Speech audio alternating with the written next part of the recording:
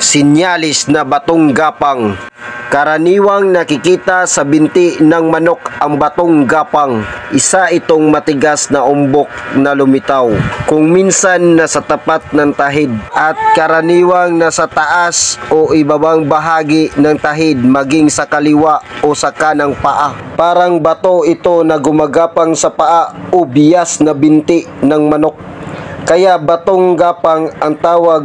Magaling lamang ang taglay sinyalis na ito kung yano ang kaliskis na taglay. Mabagal at pagulong-gulong sa bitaw ang ganitong manok. Kantsawin ang bikas dahil bako-bako ang paa. Pero kuidaw kapag natarian o nagkabakal na ang manok na may batong gapang, ikaw naman ang mga ngantsaw sa kalaban dahil parang ipo-ipo sa bilis, ilag at pagpatay ang gagawin nito sa bawat makaengkwentro.